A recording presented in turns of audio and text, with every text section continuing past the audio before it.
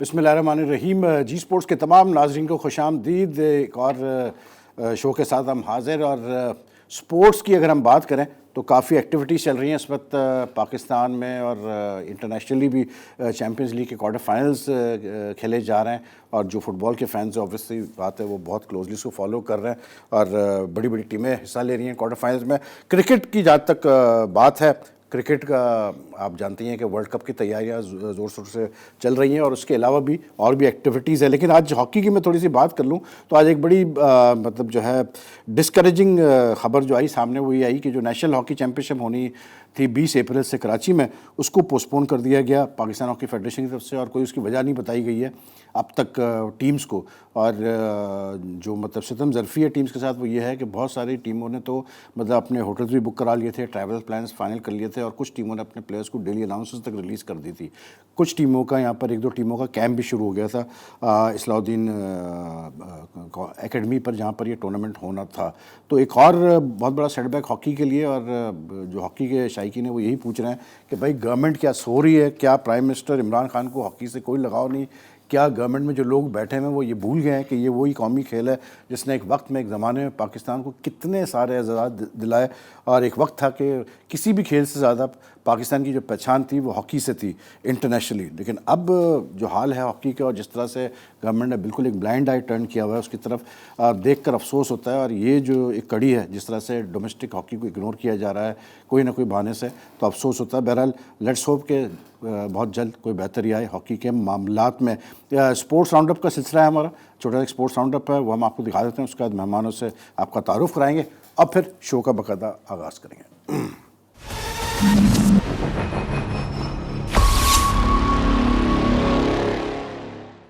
Cricket के दीवानों के लिए बड़ी खबर, आईसीसी वर्ल्ड कप की चमकती खूबसूरत ट्रॉफी पाकिस्तान पहुंच गई। कौमी क्रिकेट टीम के कप्तान Sarfaraz Ahmed world cup trophy के हमरा दुबई से इस्लामाबाद पहुंचे हैं। आईसीसी वर्ल्ड कप ट्रॉफी की नुमाइशी तकरीब कल इस्लामाबाद में होगी, जिसके बाद इसे 13 अप्रैल को लाहौर और 14 अप्रैल को कराची ले जाया जाएगा। कप्तान सरफराज अहमद का मीडिया से गुफ्तगू करते हुए कहना था, 10 साल बाद पाकिस्तान में बैनुल अक़वामी क्रिकेट की बहाली हुई है, जिस पर सबको मुबारकबाद पेश करता हूँ, और इसमें पाक फौज का नुमाया किरदार है। क्रिकेट जिस तरीके से पिछले 2-3 सालों में पाकिस्तान में क्रिकेट हो रही है, जिसमें हमारी जो फौज है, इसमें आर्मी चीफ साहब हैं, और जितने भी हमारे आर्म फोर्सेज हैं, सारी जो है उसकी बड़ी काबिश है कि जिस तरीके से पाकिस्तान में क्रिकेट वापस आई है। तो इंशाल्लाह ये जज्बा है, जाहिर सी बात है ट्रॉफी जो है पाकिस्तान में सर्वे करेगी तो लोगों में जज्बा पैदा होगा, और इंशाल्लाह सब मिलकर दुआ भी करेंगे कि ट्रॉफी पाकिस्तान है।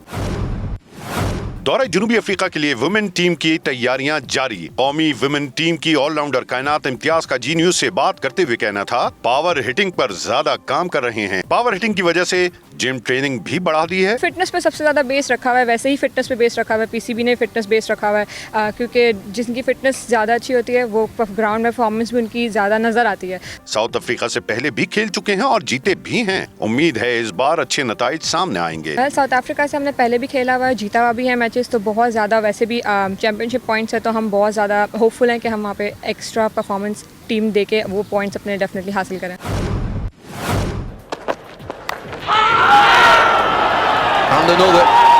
फास्ट बॉलर मोहम्मद अब्बास को ICC test team of the year 2018 में शामिल कर लिया गया। पाकिस्तान क्रिकेट बोर्ड के एमडी वसीम खान ने फास्ट बॉलर मोहम्मद अब्बास को आईसीसी टेस्ट कैप दी। इंटरनेशनल क्रिकेट काउंसिल ने मोहम्मद अब्बास को गुज़िश्ता बरस की test team of the year में शामिल किया था। पाकिस्तानी पेसर मोहम्मद अब्बास ने 2018 में 60 टेस्ट मैचेस में 38 विकेटें अपने नाम की थीं। हमेशा की तरह पाकिस्तान ओलंपिक एसोसिएशन के सदर lieutenant general retired Syed Arif Hasan की जानिब से फंड्स के सिलसिले में रोना धोना जारी है। आरिफ हसन ने वाज़ेह किया है कि दिसंबर में नेपाल में मुनक़िदा साउथ एशियन गेम्स की तैयारियों के लिए हुकूमत ने तरबियती कैंप्स न लगाए तो पाकिस्तान को नाकामी और शर्मिंदगी का सामना करना पड़ सकता है। फंडिंग के बगैर निज़ाम नहीं चल सकता। वज़ीर आज़म खुद भी स्पोर्ट्समैन हैं। उम्मीद है वो मसाइल का जायजा लेंगे। क्रिस्टियानो रोनाल्डो की कामयाब वापसी। चैंपियन लीग के तीसरे क्वार्टर फाइनल में रोनाल्डो 11 और एएक्स के दरमियान सनसनीखेज मुकाबला 1-1 गोल से बराबर रहा। गोल स्कोरिंग मशीन रोनाल्डो ने मैच के 45वें मिनट पर हेडर के जरिए गोल बनाकर यूवेंटस को बढ़तरी दिला दी।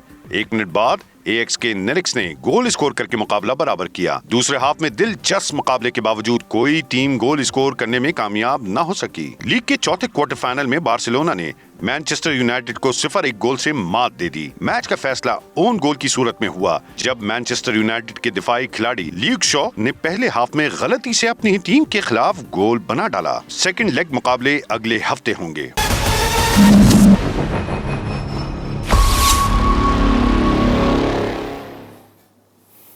जी, स्पोर्ट्स राउंडअप आपने देखा, आईसीसी की ट्रॉफी जो है वो पाकिस्तान आ चुकी है और जो पता चला है वो ये कि ये जो one of the sponsors ICC के उनकी और आईसीसी का विषय के इस ट्रॉफी को लाया गया है पाकिस्तान में और लाहौर कराची में भी इसकी एग्जीबिशन होगी। तो अभी से लोगों को दिखाया जा रहा है कि ये वर्ल्ड कप की ट्रॉफी है और होपफुली जो है जुलाई में यही ट्रॉफी पाकिस्तान आएगी और अगर ऐसा हो गया तो फिर पाकिस्तान क्रिकेट के लिए इससे बड़ी खबर नहीं हो सकती है। लेकिन फ़िलहाल तो जो मामला चल रहे हैं अभी तो यही नहीं क्लियर हो रहा है कि पाकिस्तान की 15 रुकनी टीम जाएगी जो इंग्लैंड और वर्ल्ड कप के लिए, उसमें कौन कौन खिलाड़ी शामिल होंगे कौन नहीं शामिल होंगे। हालांकि चीफ सेक्रेटरी इंतज़ाम उल हक का कहना यह है कि हमारा प्लान क्लियर है, हमने अपने फ़ैसले कर लिए हैं, हमारा जहन क्लियर है और किसी को भी पैनिक करने की ज़रूरत नहीं है।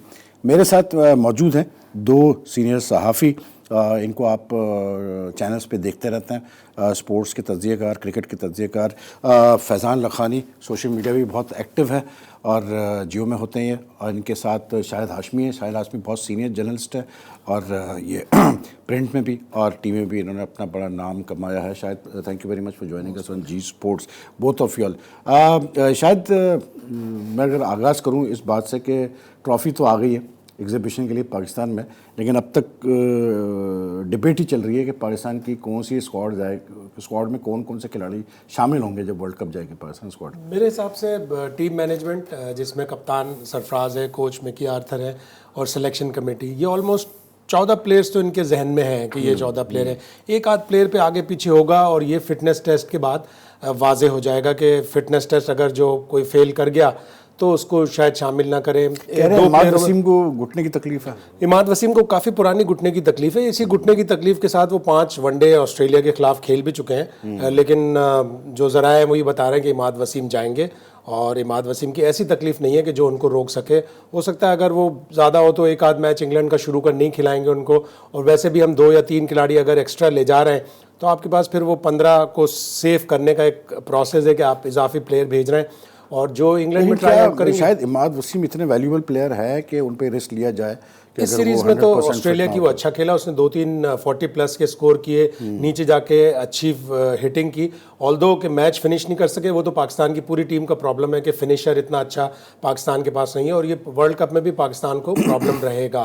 तो इतना बुरा प्लेयर नहीं है और शुरू में अगर आप उससे बॉलिंग करवाएंगे इंग्लैंड में ड्राई विकेटों पर तो वो ज़्यादा यूज़फुल होगा। बिल्कुल सही कह रहे हैं आप। लेकिन फैज़ान, अगर मैं आपसे पूछूं कि जैसे शायद नहीं है कि तकरीबन 14 तो हो चुके हैं, अब सिर्फ एक 15 खिलाड़ी को फाइनल होना करना है, तो उसका मतलब तो सीधे सीधे ये होता है कि फिर जो पाकिस्तान कप में जो लड़के परफॉर्म कर रहे हैं उनका कोई चांस नहीं है फिर वर्ल्ड कप स्क्वाड में। देखिए, बुनियादी तौर पर तो नज़र यही आ रहा है कि कोई चांस थी। बीच में कुछ इत्तलात ऐसी आई थी कि शायद वहाब रियाज और एक आध और 2 प्लेयर्स को बुलाएंगे, बट पीसीबी से जब हमने मालूमात की तो उन्होंने कहा कि अभी तक एज वी स्पीक तो इस वक्त तक कोई फैसला नहीं है। वो हो सकता है अभी फिटनेस टेस्ट में भी 3-4 दिन बाकी, शायद इंतजाम उल हक में किया तय कर लेंगे। पाकिस्तान कप खत्म ही हो गया ना तकरीबन, फाइनल रहता है कल फाइनल लगा पाकिस्तान कप कल फाइनल। तो जिस तरह अगर आप देखें 2-3 प्लेयर्स अच्छे नजर आए। अगर वहाब की बड़ी बात हो रही है कि वहाब यूजफुल हो सकता है, वहाब ने पाकिस्तान कप में भी अच्छी बॉलिंग की, उससे पहले पीएसएल में भी अच्छी फॉर्म में नजर आया। तो अगर वहाब को बुला के टेस्ट किया जा सके तो वो बुरा नहीं हो सकता, क्योंकि मैं ये समझता हूँ कि इंग्लैंड की कंडीशन में वहाब रियाज आपके लिए बड़े कारनामा साबित हो सकते हैं। क्योंकि अब फास्ट बॉलिंग में देखें, क्योंकि आमिर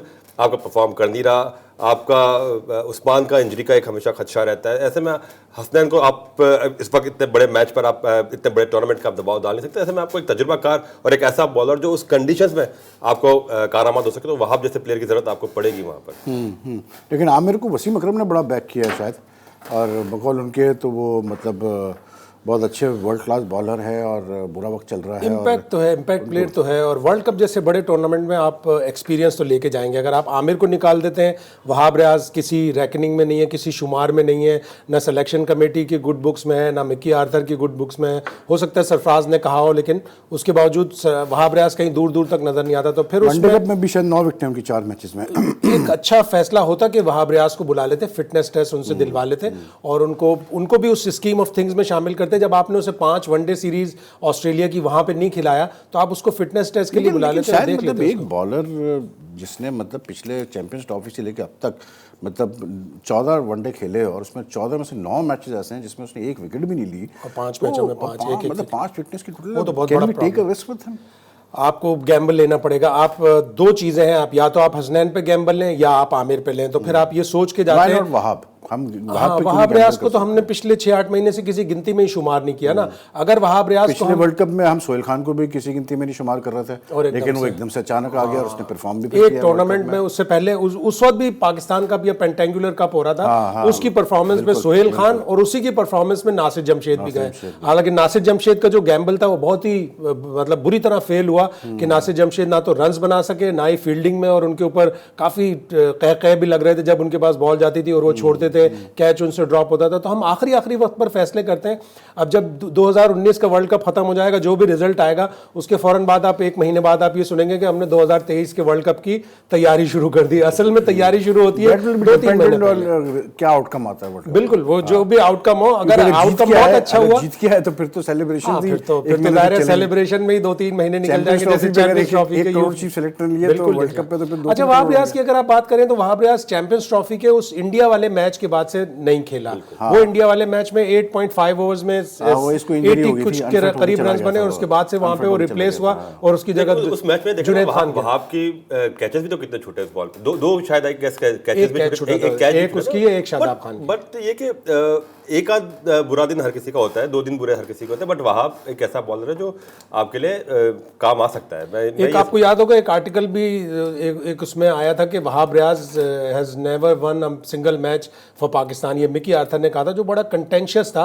उसके ऊपर फिर उस्मान ने बड़ा एक अच्छा आर्टिकल भी लिखा था और बताया था कि उस्मान ने वहाब ने कहाँ कहाँ मैच जितवाए। तो वो जो मिकी आर्थर की लाइकिंग डिसलाइकिंग है वो काफ़ी सख्त है और उस डिसलाइकिंग में वहाब रियाज शामिल हो गए। जिससे शायद मैंने देखा कि मिकी आर्थर अक्सर प्लेयर्स के बारे में जो रिमार्क्स देते हैं वो उनको इस तरह देने नहीं चाहिए और ड्यूरिंग द सीरीज दे जाते हैं। अगर लास्ट टाइम आपको देखिए कि ऑस्ट्रेलिया के टूर पे बैठ के वो सोहेल खान के बारे में अपने ही प्लेयर के बारे में आप रिमार्क्स दे रहे हैं। फिर एक one of the press conference Lahore में हो रही थी जिसमें कामरान अकमल के हवाले से सवाल होता है, उसके बारे में वो नेगेटिव रिमार्क देते। तो as a head team coach Mickey Arthur की हम बात करते हैं because he is going to be important, he has a important part to play in the world cup. फिलहाल एक ब्रेक ले रहे हैं, ब्रेक के बाद वापस आते हैं तो डिस्कशन जारी रखेंगे।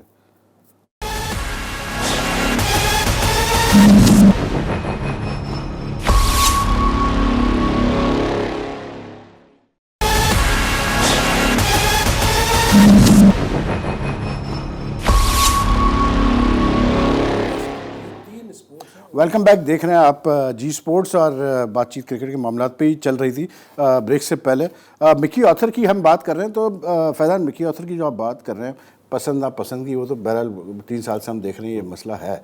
लेकिन अब इशू यहाँ पर ये आ रहा है कि आप इतना बड़ा एक टूर्नामेंट खेलने जा रहे हैं कि यहाँ पर डू यू फील के मतलब अगर एक इंतज़ाम जैसा बंदा बैठा हुआ है 120 टेस्ट खेला हुआ है, इतना एक्सपीरियंस लेके, कि पसंद नापसंद को यहाँ पर मतलब वेटेज देनी चाहिए? देखिए, पसंद नापसंद एक नेचुरल एक कहीं ना कहीं आ जाता है कि कोच को ये पसंद नहीं है या कोच इससे इतना मुतमईन नहीं या कप्तान इससे इतना मुतमईन नहीं, क्योंकि टीम कोच ने और कप्तान ने ग्राउंड पर खिलानी है। तो अगर वो किसी एक प्लेयर के साथ कंफर्ट लेवल उनका वो नहीं बना तो शायद वो कप्तान का नाम कहीं आ ही नहीं रहा ना, वो तो पीसीबी की प्रेस टीम में तक नहीं मेंशन कर रहे हैं। सर आप बताएं, मिक्की ने जितनी बार 2 मरतबा ऑस्ट्रेलिया की सीरीज के दौरान मीडिया से बात की, उसने कहा आई एन इंतजाम, मी एन इंतजाम बात करें, कहीं भी टीम की कंपोजिशन के से कप्तान का नाम लिया। ये भी जाती है, आप कप्तान आपका मेजर पार्ट होगा प्लेयर्स को खिलाने के लिए, आप उसका नाम ही कहीं नहीं ले रहे। तो पीसीबी प्रेस टीम में नाम नहीं था उसका, ये जाती है ना। इवन जो जिसमें 23 के नाम सरफराज को मजबूत आना चाहिए, अपने 15 जो उसको पसंद है वो प्लेयर लेके जाए, वो खेलने चाहिए। और जहाँ तक मिकी आर्थर की बात है, मिकी आर्थर ने ऑस्ट्रेलिया की सीरीज से पहले कहा था कि will not rush Hasnain into ODI internationals, लेकिन दूसरे ही मैच में हमने देखा कि उसको कैप मिल गया। और आप वर्ल्ड कप की हिस्ट्री देख लें पाकिस्तान की, हमेशा वर्ल्ड कप से थोड़े पहले स्ट्रेंज डिसीजंस होते हैं। लेकिन शायद इसमें मुझे ये कभी कभी फील होता है कि जो हमारे कुछ फॉर्मर प्लेयर्स हैं जो बड़ा जिनका नाम है, जिन्होंने बड़ी खिदमत की है पाकिस्तान हॉकी के लिए, इनका बड़ा इन्फ्लुएंस होता है मतलब ये बिहाइंड द सीन्स। क्योंकि मैं वसीम का जब उस दिन मैंने स्टेटमेंट पढ़ा तो मुझे बड़ी हैरत हुई पढ़ के, एक जगह पे यह तक लिखा हुआ था कि वसीम ने कहा कि I see Aamir as a future material for the captainship. अब जो प्लेयर की जगह टीम में नहीं है इस वक्त आपको क्लियर हो रही है, आप कह रहे हो कि जी वही कैप्टनशिप मटेरियल। स्ट्रेंज था वो वसीम के मुंह से इतनी बड़ी बात कि Aamir Aamir as a future captain, बहुत ही अजीब सी बात थी। ठीक है, एज बॉलर आमिर भी बॉलर है, वसीम अकरम भी एक लेजेंडरी बॉलर था, उसने आमिर को बैक किया कि स्विंग उसकी थोड़ी सी खो गई है, लेंथ थोड़ी पीछे हो रही है, इस वजह से शायद स्विंग नहीं आ रहा। एज बॉलर बैक करना तो ठीक था, लेकिन एज कैप्टन कहना मेरे हिसाब से वाह भाई, slip of tongue, well said Faizan Lakhani. नहीं हो सकता है वसीम भाई से भी। आप कोई पीआर फॉर्म वगैरह खोल रहे हैं क्या? मैं पीआर फॉर्म, अगर आपकी बहुत ही शिकायतें आ रही है कि आप हर एक के मतलब डिफेंस लॉयर बने बैठे होते हैं। अच्छा, पॉजिटिव बात करें तो अच्छा, आमिर पाकिस्तान के साबिक कप्तान, चीफ सेलेक्टर और अब well known commentator and cricket pundit Aamir Sohail हमारे साथ है। आमिर कैसे हैं आप? मैं बिल्कुल ठीक ठाक हूँ वहीद भाई, आपकी आवाज बहुत कम आ रही है। ओके, मैं जरा जोर से बोलता हूँ। हमारे साथ शाहिद हाशमी और फैजान लाखानी बैठे हैं स्टूडियो में। आमिर, अब आवाज इज इट क्लियर? अब बेहतर है जी।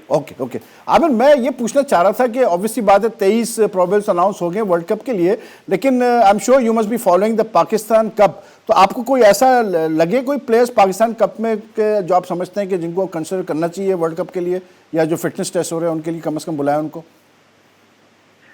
देखिए, मैं पहले भी आपके शो पे कह चुका हूँ कि शहजाद को डेफिनेटली कंसिडर करना चाहिए। फिर कोयटा ग्लैडिएटर्स का जो लड़का है एहसान अली, मुझे उसमें बड़ी फर्क नजर आती है। समहाउ मुझे वो लड़का जो है वो बहुत ज्यादा अपील करता है। आई थिंक उसके ऊपर भी सोचना चाहिए।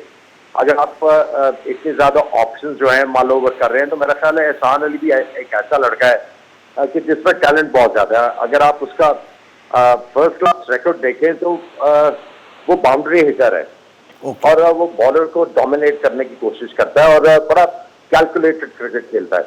हाँ, लैक ऑफ एक्सपीरियंस तो है, लेकिन आई थिंक आप इंग्लैंड में वार्म अप मैचेस भी खेल रहे हैं, फिर जाके इंग्लैंड के खिलाफ ओडीआईज और T20 भी खेल रहे हैं, तो मेरा ख्याल है उसको भी कंसिडर करना जो है वो मेरा ख्याल है कोई फार-फेच्ड नहीं होगा।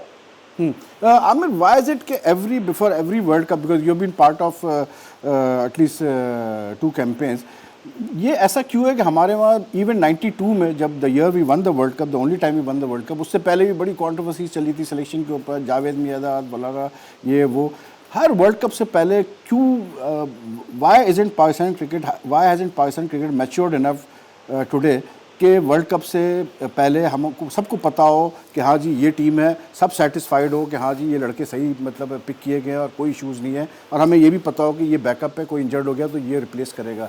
ये पाकिस्तान क्रिकेट में ऐसा क्यों होता है कि we always uncertain to the last moment? देखिए, हम लोग बेसिकली जो प्रॉब्लम आता है, हम लोग जो वर्ल्ड कप के फौरन बाद जब हम हारते हैं तो उसके बाद फिर हम लोग रीबिल्डिंग का नारा लगा देते हैं। हम रीबिल्डिंग करते जाते हैं। जब वर्ल्ड कप बिल्कुल करीब आते हैं तो फिर सडनली सारी टीम चेंज हो जाती है। हम लोग जो है वो जो प्लेयर खिला रहे होते हैं उसके ऊपर फिर हमें कॉन्फिडेंस खत्म हो जाता है। फिर आप नए प्लेयरों को लेके जाते हैं, फिर आप एक्सपीरियंस प्लेयरों की तरफ देखते हैं और इवेंचुअली आपकी फेट वही होती है। आई थिंक आपको जो करने की जरूरत है, जो कंटेम्प्रेरी डिमांड है क्रिकेट की, ठीक है, वो आज के जमाने में 400 स्कोर हो रहा है। ठीक है। और आपने देखा होगा कि टीमें जो है वो इतने ज्यादा रिस्क लेके जो है वो 400 के करीब नहीं पहुंचते। वो अच्छी क्रिकेट खेल के जो परसेंटेज स्ट्रोक है वो खेल के वो 400 के करीब रन करते हैं। 350 आम आजकल हुआ है।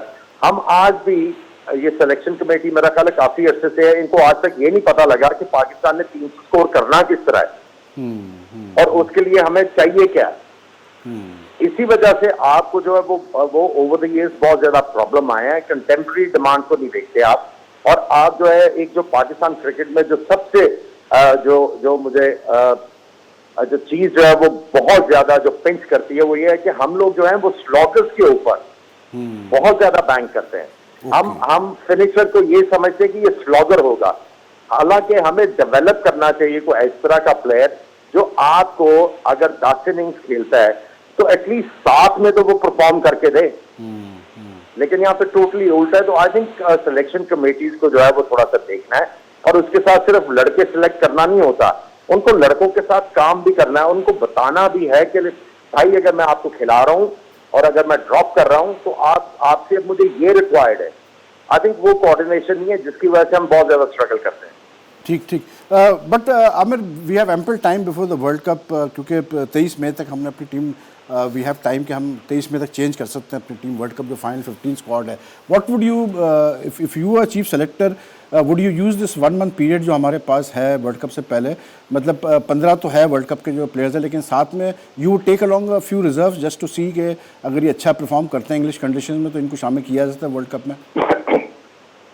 देखिए, कुछ प्लेयर ऑटोमेटिक सिलेक्शन होते हैं। ओके। आपको पता है कि ये जो प्लेयर्स हैं हमारे लिए बहुत ज्यादा यूटिलिटी लेके आएंगे और ये हमारे लिए मैच विनर्स हैं। हाँ, आपने उनमें से कुछ को रेस्ट करा के आपने ऐसे प्लेयर लेके आने हैं, उनको चांस देना है जो आपको एक कंफर्ट जोन में लेके आएंगे। ठीक है, ठीक है। अगर आप अगर आप, अब मैं किसी का नाम नहीं लेना चाहता, किसी को मैं हर्ट नहीं करना चाहता, लेकिन बात सिंपल सी ये है कि अगर आप 350 350 के लिए टीम बना रहे हैं और उसमें से आप कुछ ऐसे प्लेयर सेलेक्ट कर लेंगे जो आपको 10 या 15 ओवर में आपको 40 कर देंगे, तो आपका तो सारा ऑब्जेक्टिव ही किल हो गया। तो आपको बड़े सोच समझ के कुछ प्लेयरों को चांस देना है। आई पर्सनली थिंक कि Babar Azam is well suited at number 4। Okay okay. और उसमें आपको नंबर 3 के ऊपर इस तरह का प्लेयर लेके आना चाहिए। खुदा ना खास्ता अगर आपको कोई ओपनर आउट भी हो जाता है तो वो आपकी टीम को मोमेंटम दे, और उसमें आपने डिसाइड करना है कि कौन से प्लेयर्स होने चाहिए। आपके पास ऑप्शंस हैं। Do you think Amir, वो अलग बात है। Amir, do you think Sarfaraz could fill in this, जो आप कह रहे हैं कि 3 पे ऐसा प्लेयर हो जो कि मोमेंटम दे टीम को, अगर जल्दी भी कोई हमारा ओपनर आउट होता है या एक स्टैंड भी हमें मिलता है, डू यू थिंक सरफराज में कैपेबिलिटी है कि वो नंबर 3 पे आके कर सकता है ये रोल पूरा? नहीं, मैं इसमें टोटली बिलीव नहीं करता। ये पाकिस्तान में एक बहुत ही गलत चीज है कि कोई अगर प्लेयर आपके सामने है, इंतजाम तो सारी दुनिया कहती रही है कि नंबर 3 के ऊपर खेले, वो नहीं खेला क्योंकि वो कंफर्टेबल नहीं था। बेसिकली जो जिस नंबर का प्लेयर है वो सारी जिंदगी खेलता रहे। नंबर 3 का प्रेशर बहुत ज्यादा है, उसकी रिक्वायरमेंट और उसकी डिमांड बहुत ज्यादा है। तो आई थिंक कुछ प्लेयरों को एक नंबर बड़ा अच्छा सूट करता है। देखिए, सरफराज जो है 7 नंबर के ऊपर पाकिस्तान के लिए बड़ा अच्छा कर रहा था। हमने शोर मचा के उनको ऊपर भिजवा दिया, उसके बाद उसका स्कोर ही नहीं हो रहा। तो बेसिकली हमें बड़े सोच समझ के बात करनी चाहिए। इस तरह नंबर जो है वो एलिवेट नहीं करनी चाहिए। हाँ, सिचुएशन इस तरह की हो मैच के दौरान, अगर आप समझते हैं कि सरफराज अंदर चला जाए और आपके लिए टेबल के ऊपर कुछ ले आए तो वो ठीक है। लेकिन अगर आप ये कहें कि थ्रू आउट द सीरीज वो नंबर 3 खेलेंगे तो I don't think it's a good idea. ठीक है, ठीक है। Thanks a lot Aamir for joining us and मतलब sharing your views with us. आपसे आगे भी बात होती रहेगी इंशाल्लाह।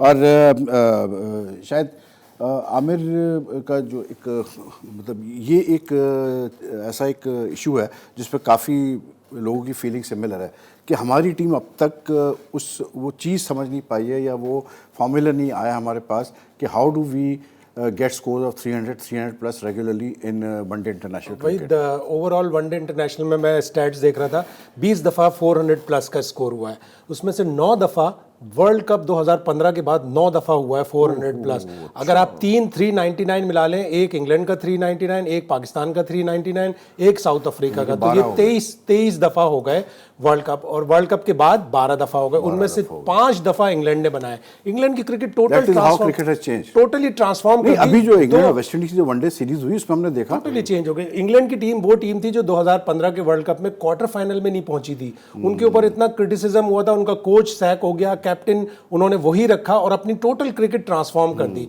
और उसके बाद से पाकिस्तान वही 270 280 वाली टीम है। जिस दिन पाकिस्तान की बॉलिंग अच्छी करेगी, पाकिस्तान सामने वाली टीम को पकड़ लेगा। चेस करने में पाकिस्तान के पास 230 240 से ज्यादा का कैपेसिटी नहीं है। वही चीजें हमारी रिपीट होकर आ रही हैं। और वर्ल्ड कप से पहले तो शायद फिर मेरा सवाल ये है कि फिर क्या फायदा हुआ हमें इतना, मतलब एक गोरे कोच को लाने का, इतना बड़ा सपोर्ट स्टाफ लाने मेरा का ख्याल है साथ हमने में, वो time खो when दिया। they couldn't discover any player in this last 3 years, they couldn't discover at least 2-3 such players in the last 3 years जो कि हमें वनडे इंटरनेशनल में ये रोल पूरा करके दे, जैसे आमिर ने कहा कि मोमेंटम ना हमारे पास फिनिशर है, ना हमारे पास कोई अच्छा स्लॉगर है। हम चेंज भी करते रहे। अब हम उमर अकमल को ट्राई किया हमने 5 मैचों में, उसने कुछ भी नहीं करके दिया। अब हम दोबारा आसिफ अली को ले जाने के मूड में हैं कि नहीं यार इससे अच्छा तो आसिफ अली है, PSL भी अच्छा खेला है। और हम वर्ल्ड कप से 5-6 महीने पहले हमेशा इसी तरह का पैनिक करते हैं। 2015 के वर्ल्ड कप में यासिर शाह कहीं भी नहीं था, एकदम से यासिर शाह 2011 का डेब्यू वनडे का,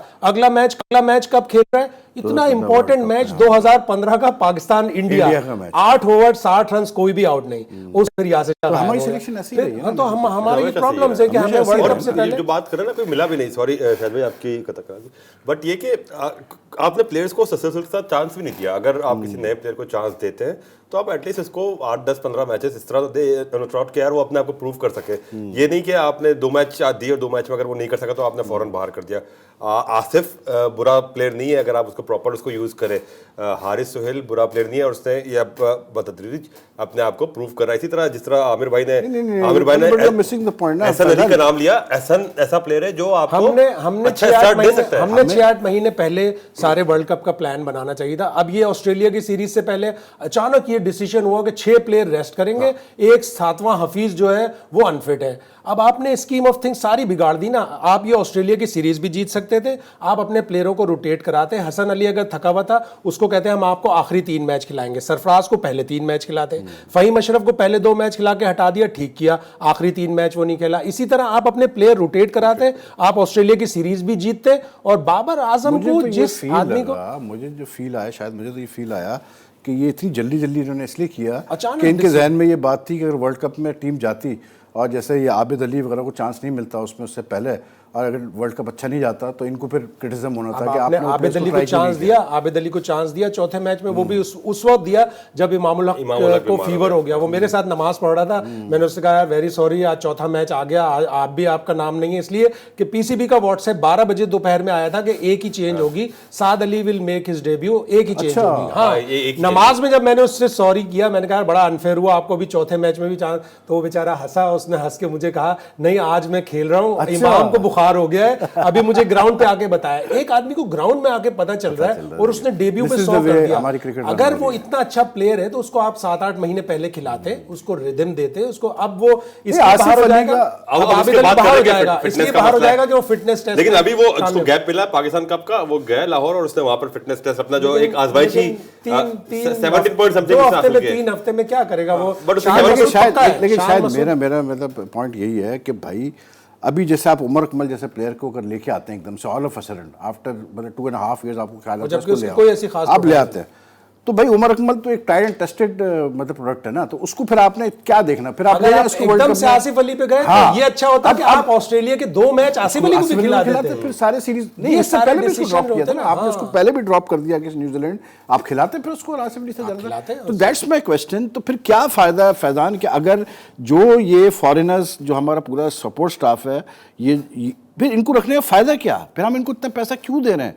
अगर इन्होंने भी वही चीजें करनी है जो हमारे सिस्टम में हमेशा होती आ रही है, तो then what is the purpose of having this people? भाई देखिए जो भी कोच होगा, फॉरेनर होगा, लोकल होगा, वो इसी कहले के इस मंझदार में फंस जाएगा और इसी तरीके से काम करेगा। ये एक हमारे कल्चर का प्रॉब्लम पार्ट बन चुका है भाई। आप ये नहीं होल्ड ऑन बॉब वुलमर ने ये नहीं, बॉब वुलमर ने कभी ये नहीं किया।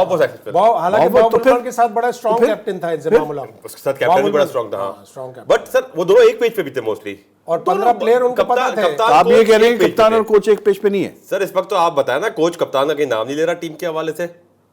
कप्तान एक आपका मेन है इसमें हिस्सेदार टीम बनाने में। आपको कप्तान कहते नहीं, हम लोग कहीं नाम एक पेज पे ही है। अच्छा, आमिर भाई ने डू यू एक्सपेक्ट कप्तान टू से अदरवाइज?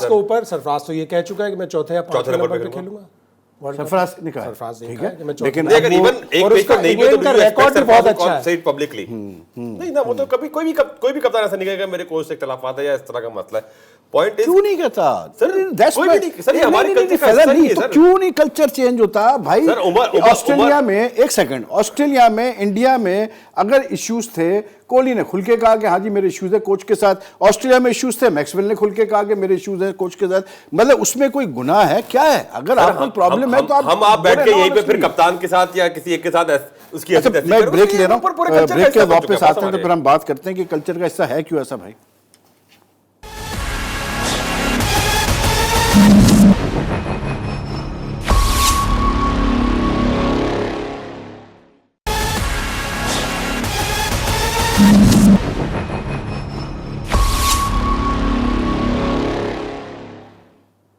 Welcome back. देख रहे हैं आप जी स्पोर्ट्स और बातचीत चल रही है वही वर्ल्ड कप और वर्ल्ड कप के हवाले से। और ब्रेक पे जाने से पहले बात हुई थी फिजा, जैसे मैं कह रहा था कि इतना ये जो एक अजीब सी सिचुएशन बनी हुई है, अनसर्टनिटी में बनी हुई है, कौन जाएगा कौन नहीं जाएगा, फिटनेस टेस्ट में कौन क्लियर करता है कौन नहीं करता। सबसे बड़ी बात है कि सरफराज का क्या रोल होगा, कप्तान कितना स्ट्रॉन्ग है। इन सब हालात में मतलब जब टीम इंग्लैंड पहुंचेगी तो एक जो इनको एडवांटेज है वो यही है कि इनके पास टाइम है before the world cup starts कि अपनी चीज़ों को ठीक करें। तो what do you think is the best possible इस वक्त हमारे से जो इनको करना चाहिए कि रिजर्व प्लेयर्स साथ में ले जाना चाहिए 3-4? देखिए बिल्कुल 2-3 प्लेयर साथ लेके जाना चाहिए। जिस तरह थोड़ी पहले बात हो रही थी कि हफीज़ का थोड़ा सा वेट शायद करना पड़े, बट जो इत्तलात ये है कि हफीज़ अब रिकवर कर चुके हैं अच्छी तरह।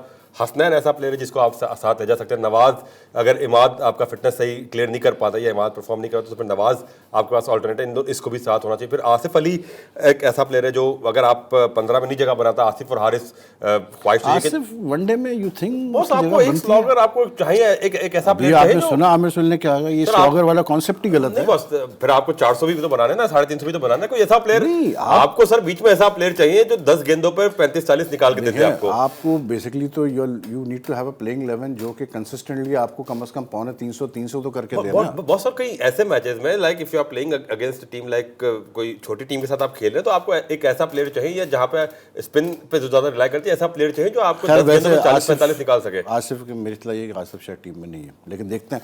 सर वही कह रहा हूं ना, इत्तलात यही है कि आसिफ टीम में नहीं है, बट उसको आप क्या हो सकता जो 3-4 आप बात करें कि एडिशनल प्लेयर साथ लेकर जाएंगे तो उसमें आप रखें आसिफ को, वो आपके लिए यूजफुल हो सकता है। तो एडिशनल प्लेयर्स में शायद why can't we keep someone like Umar Akmal और अहमद शहजाद, अवाब रियाज? अब तो शायद उमर अकमल नहीं लग रहा, बिल्कुल भी किसी भी शुमार में नहीं आ रहा। जो एडिशनल प्लेयर लग रहे हैं वो मोहम्मद हसनैन, रिजवान और मे भी अगर इमाद वसीम का कोई इंजरी का इशू हुआ शायद तो नवाज। मुझे ये बताना है कि उमर अकमल की अगर मैं बात करता हूँ, वैसे मैं बात करता हूँ, जो आपकी जो रिक्वायरमेंट है 5 और 6 पे जिस टाइप का आप प्लेयर तलाश कर रहे हैं वो तो उसमें क्वालिटीज तो है ना, ये तो इसमें तो कोई बिल्कुल नहीं है वो कि एक he's got अच्छा the strokes। क्लीन हिटर है, हाँ। क्लीन हिटर है, लेकिन अगेन 5 मैच आपने ऑस्ट्रेलिया के उसको दिए, उसने एक मैच अगर वो ठीक चौथा है। वाला भी फिनिश नहीं, कर नहीं, देता। लेकिन देखिए बात यह है कि क्या उस्मान ख्वाजा फेल नहीं हुआ अभी recently against India? He failed.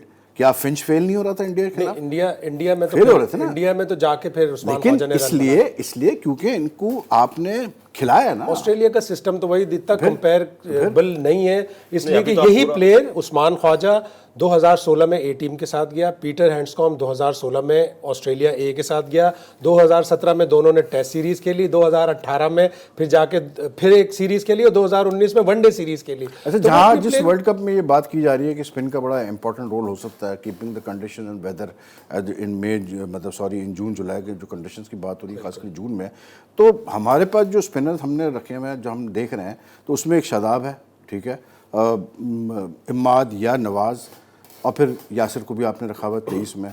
तो क्या हमारी स्पिन अटैक इतना स्ट्रांग है? You think it's strong enough for the world cup? बिल्कुल है। शादाब और इमाद वसीम के जरिए आप चैंपियंस ट्रॉफी के आखिरी 3 मैच जीते और अच्छी तरह जीते कि उन्होंने कंट्रोल्ड बॉलिंग की। शादाब की बॉलिंग आप मत भूलें, सेमीफाइनल और फाइनल दोनों में एक्स्ट्रा ऑर्डिनरी उसने बॉलिंग की और थोड़ी बहुत वो बैटिंग भी कर लेता है, यही इमाद वसीम का भी है। तो आपका स्पिन अटैक अच्छा खासा है। यासिर शाह मेरे ख्याल है इन 5 मैचों में आपने देख लिया कि 4 उसने विकेटें ली, 70 का एवरेज था। एकदम से हम उसे 2015 का वर्ल्ड कप खिला गए तो उसको उसकी टेस्ट की क्वालिटीज जो है वो खराब ना करे। उसको वाइट बॉल प्लेयर का है नहीं, वो वाइट बॉल। अच्छा, ये क्या आज एक खबर आई है कि पाकिस्तान क्रिकेट बोर्ड में फैजान मार्केटिंग के 2 लोग जो है शोएब शेख और दूसरे क्या कामिल खान, तो ये क्या है? मतलब दे हैव रिजाइन्ड देमसेल्व्स। उन्होंने जी रिजाइन कर दिया बिल्कुल। अब क्योंकि पीसीबी में भी जो आज एक और इश्तिहार भी जारी हुआ है कि डायरेक्टर कमर्शियल वो एक पोजीशन क्रिएट हुई और जिसको वो हायर करना चाहे, तो प्रॉब्ली अब वो मार्केटिंग और कमर्शियल को एक रिस्ट्रक्चर कर रहे यानी कि होंगे, बेसिकली जो प्रीवियस सेटअप में जो मार्केटिंग के मेन लोग थे वो सारे सब चले गए, नायला भट्टी भी चले गई,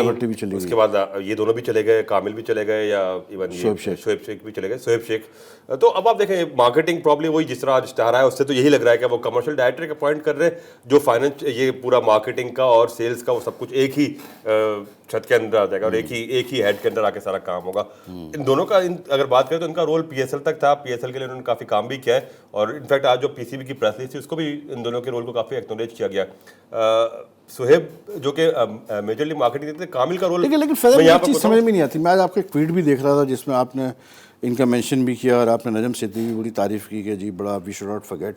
लेकिन ये हमारे कल्चर में क्यों कॉन्सेप्ट है कि अगर हम एक स्पेसिफिक रोल के लिए किसी को लाते हैं ऑन अ गुड पे सैलरी, पे स्केल, और उसको लाते इसीलिए कि वो प्रोफेशनल है और आप एक्सपेक्ट करते ही करेगा, तो जब वो अपना काम सही करता है तो हम इतना खुश क्यों होते हैं? सर जब कोई काम बुरा करता है तो इजी डूइंग करते ना सर, वो तो हर जगह एहसान मान अगर एक आदमी शायद किसी भी कल्चर में अगर एक आदमी if he doesn't meet his targets, he doesn't do his job properly, तो उसकी तो जब एक प्लेयर सेंचुरी करता है तो आप उसकी तारीफ क्यों करते हैं? जब आए थे, एक सेकंड देखें प्लेयर की सर आपके पास एक रिपोर्टर है, आपके पास एक रिपोर्टर है, वो किसी ने अच्छी स्टोरी लेके आता है, फैज़ल साहब देखें रिपोर्टर की जो पे स्केल है ना वो आप इनकी पे स्केल से तो कंपेयर ही नहीं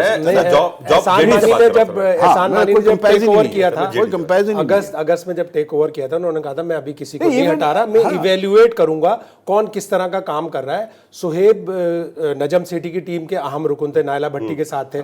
तो ये एहसान मानी ने आते ही अपनी प्रेस कॉन्फ्रेंस में कहा था कि पीएसएल के पहले 2 ऑडिट इन्होंने पिछले बोर्ड ने डिलॉयट से करवाए थे और मेरी इत्तलात है कि पहले अर्नस्ट एंड यंग को दिया था वो ऑडिट कराने के लिए, लेकिन अर्नस्ट एंड यंग ने मना कर दिया कि इसमें काफ़ी इरेगुलरिटीज़ हैं, हम नहीं करेंगे।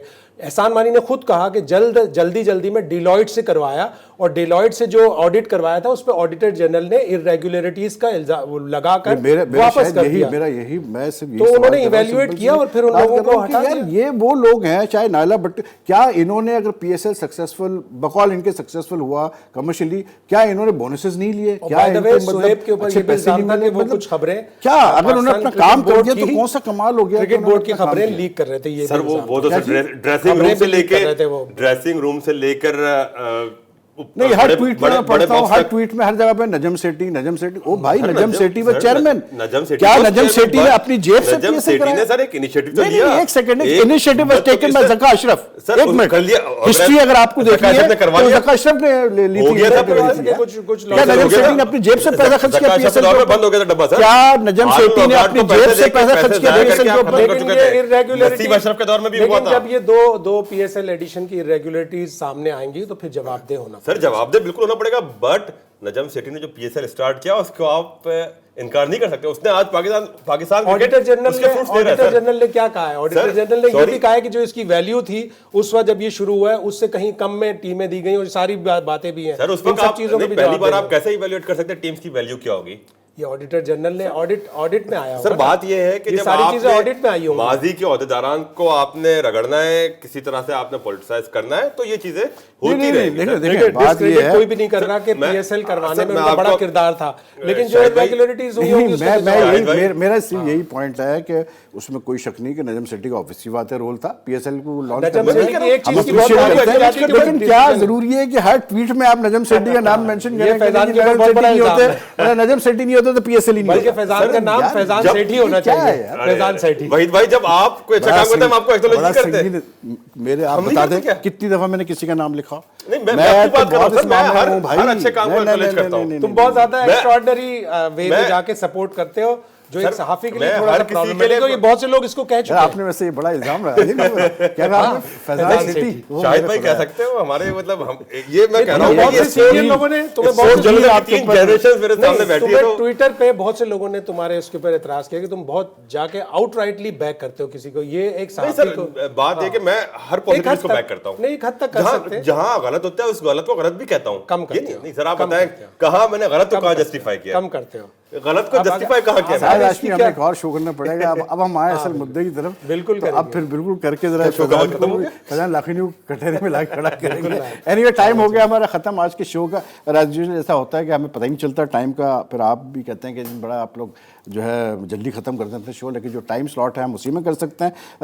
हफ्ते का आखिरी शो था, लेकिन नेक्स्ट वीक हम फिर हाजिर होंगे नए शोज़ के साथ। और थोड़ा सा मैं आपको हिंट दे दूं कि नेक्स्ट वीक जो है और उसके बाद जो अगला हफ्ता होगा उसमें कुछ बड़े मज़ेदार गेस्ट हमारे साथ होंगे और डेफिनेटली यू विल एंजॉय कि किस तरह वो क्या बात करते हैं और क्या हमें बताते हैं।